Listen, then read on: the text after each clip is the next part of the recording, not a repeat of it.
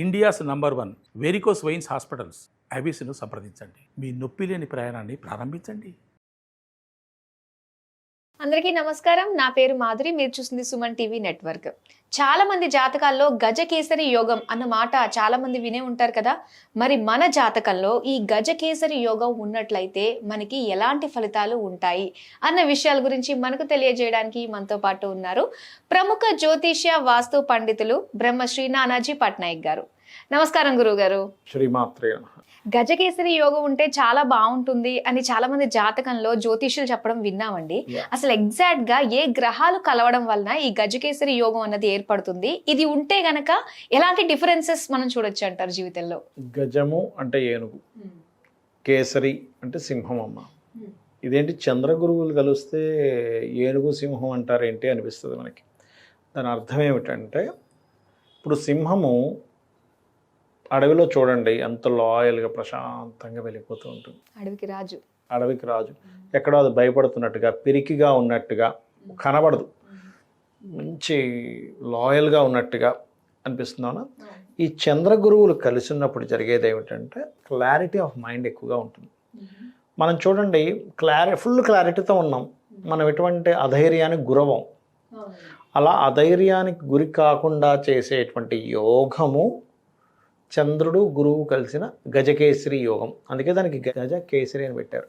అందులో 2 జంతువులు పర్టికులర్గా, ఏనుగు చూడండి ఎలా వెళ్ళిపోతుంది, రాయల్గా వెళ్ళిపోతుంది. సింహం ఎలా వెళ్ళిపోతుంది, అలా కొన్ని మాత్రమే. ఇప్పుడు చిరుతపులి, ఒక్కోసారి చిరుతపులి అని మనకి భయపడ్డట్టే కనిపిస్తుంది, చిరుతపులి కానీ కొన్ని. కానీ ఈ సింహం కానీ ఏనుగు కానీ చాలా రాయల్గా వెళ్ళిపోతుంటాయి. అంత బలాన్ని మనకి కలుగుతుంది చంద్రగురువులు కలిసినప్పుడు. అయితే ఈ గజకేసరి యోగము సర్వసాధారణంగా కలిసి ఉండడం కానీ చంద్రుడి నుంచి గురువు కేంద్ర స్థానాల్లో ఉన్నప్పుడు జరుగుతుంది. అంటే చంద్రుడి నుంచి కలిసి ఉండడం అంటే ఒకే రాశిలో ఉండడం, లేదా చంద్రుడి నుంచి గురువు కానీ గురువు నుంచి చంద్రుడు కానీ 4వ స్థానంలో ఉండడం. అంటే ఆ స్థానం నుంచి అంటే చంద్రుడు లేదా గురువు ఉన్న స్థానం నుంచి 4లో ఉండడం. అలాగే సప్తమంలో ఉండడం, చంద్రుడు లేదా గురువు నుంచి గురువు లేదా చంద్రుడు సప్తమంలో ఉండాలి. అంటే మేషంలో ఉన్నాడు అనుకోండి ఉదాహరణకి చంద్రుడు, గురువు తులలో ఉండడం. అలాగే 10th హౌస్లో ఉండడం. కలిసి ఉన్న 4, 7, 10 స్థానాల్లో ఉన్న దిస్ ఇస్ గజకేసరి యోగం. అయితే ఇందులో ఈ గజకేసరి యోగం కనుక కరెక్ట్గా అది కనెక్ట్ అయితే ఎవరికైనా ఫస్ట్ ఇచ్చేటువంటి గుడ్ రిజల్ట్ ఏమిటి అంటే ల్యాండ్ ఖచ్చితంగా ఉంటుంది వారికి. ల్యాండ్ వల్ల వాళ్ళు బాగా గ్రో అవుతారు, గుర్తుపెట్టుకోండి. అదేమిటంటే చంద్రుడికి గురువుకి సంబంధం ఏమిటి, అసలు ల్యాండ్కి ఏం సంబంధం అంటే ల్యాండ్కి సంబంధం ఉంటుంది వాటికి. న్యాచురల్గా 4th లార్డ్ ఎవరమ్మా? చంద్రుడు. మనం ఎందులో చూస్తాం? 4th హౌసెస్లోనే చూస్తాం.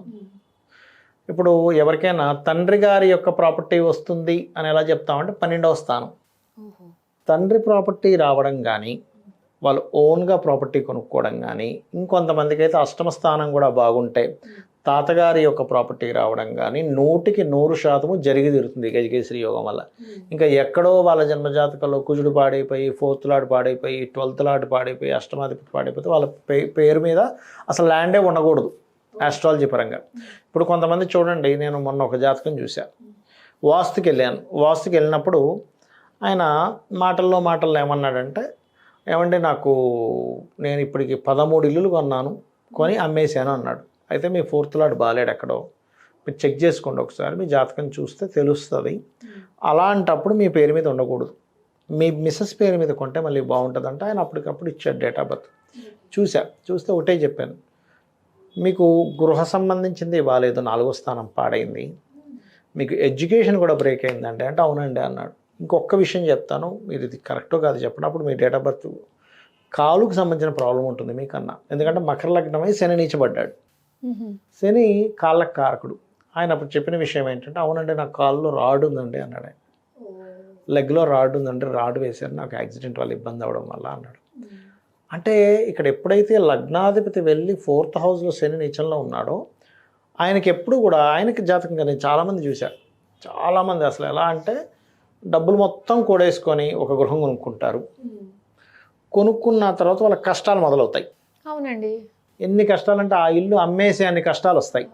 మొత్తం మీద అమ్మయ్య ఏదో రకంగా చేసి ఇన్ని అప్పులు అయిపోయాయి కదా, ఇల్లు అమ్మేస్తే నేను అప్పుల నుంచి బయటపడతాను, ఇల్లు అమ్మగానే మళ్ళీ రైజ్ స్టార్ట్ అవుతుంది. మళ్ళీ ఒక ₹1 కోటి 2 కోట్లు సంపాదించుకుంటాడు, మళ్ళీ ఇంకో దగ్గర ₹1 మళ్ళీ ఇల్లు కొనుక్కుంటాడు ఈయన పేరు మీదే, మళ్ళీ కష్టాలు స్టార్ట్. అంటే ఇల్లు అచ్చురాదంటారు ఇంకా. వాళ్ళకి అచ్చరాదు, అంటే వాళ్ళ పేరు మీద కొనుక్కోకూడదు. అలాంటప్పుడు ఏం చేయాలి, ఎవరికైనా 4వ స్థానం పూర్తిగా పాడైతే సింపుల్, వాళ్ళు వాళ్ళ జీవిత భాగస్వామి పేరు మీద అయినా, భార్యో అలా ఉంటారు కదా, భార్య పేరు మీద కానీ, లేకపోతే పిల్లలు ఉంటారు కదా, ఎదిగిన పిల్లలు ఉంటారు కొంతమంది, వాళ్ళ పేరు మీద కానీ కొనేసుకోవడం బెస్ట్.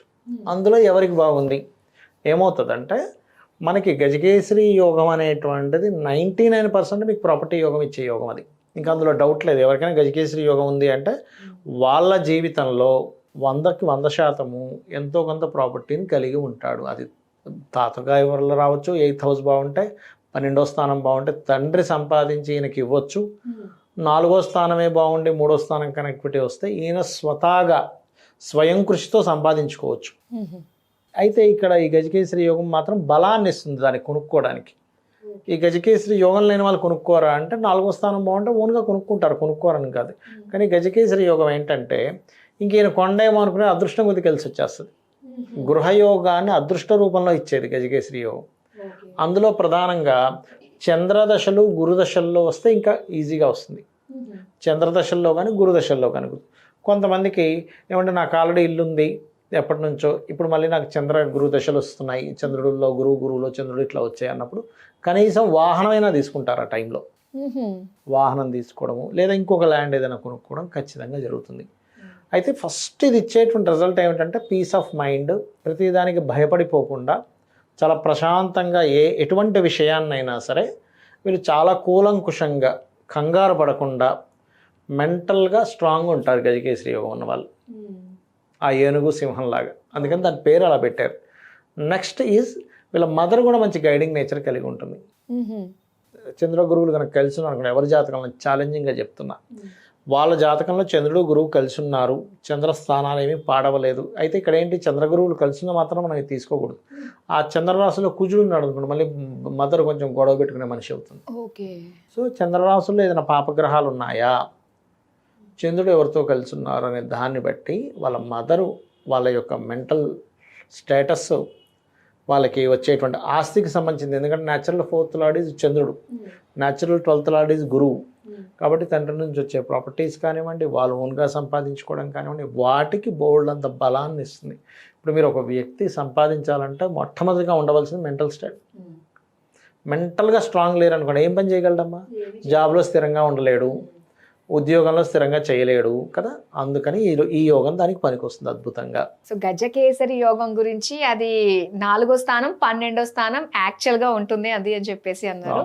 సో దాని గురించి అది ఉన్నప్పుడు ఎంత స్టేబుల్ గా ఎంత స్ట్రాంగ్ గా మన మైండ్ సెట్ అనేది ఉంటుంది అన్నది విషయాల గురించి మాకు తెలియజేసినందుకు ధన్యవాదాలు గురువు గారు. శ్రీమాత్రే నమః.